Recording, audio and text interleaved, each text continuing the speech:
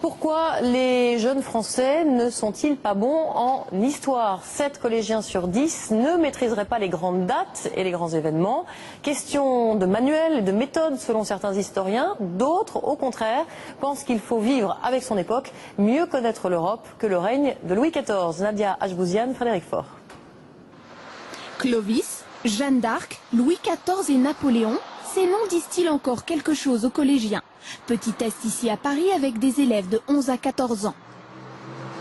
Qui surnommait-on le roi soleil? C'est un peu un pharaon là. Louis XIV. Louis XIV. Qui a remporté la bataille d'Austerlitz? Napoléon. Napoléon?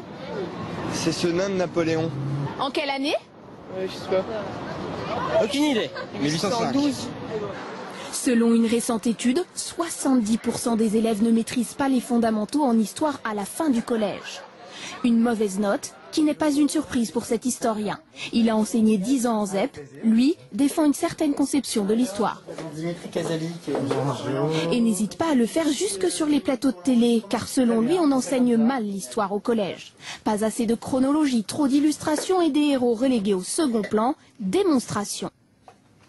Prenons donc un manuel Mallet-Isaac des années 75-76 et on voit qu'à l'époque, dans ces manuels, il y avait pratiquement 40 pages sur Napoléon. Et dans le manuel de 4e d'aujourd'hui, ce qu'on a par exemple pour Napoléon, on a pratiquement, donc je vous disais, 6 pages. On a Napoléon là effectivement assis sur un pot. Ce spécialiste de Napoléon veut faire des personnages historiques des stars des salles de cours. Pour lui, l'histoire doit avant tout raconter sans trop analyser.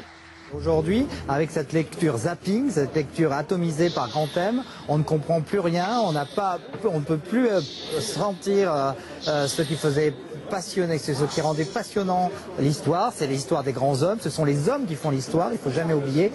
Une vision passéiste aux yeux de nombreux professeurs pour qui l'histoire ne doit pas être une matière figée. On ne peut plus enseigner l'histoire comme on enseignait il y a 30 ans, il y a 50 ans. On ne peut plus faire une histoire complètement chronologique, par exemple, des rois de France.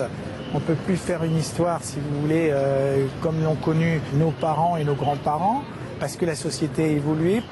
Une société qui s'est ouverte à la mondialisation et qui intègre désormais dans ses livres de cours de plus en plus l'histoire de l'Europe et celle du monde.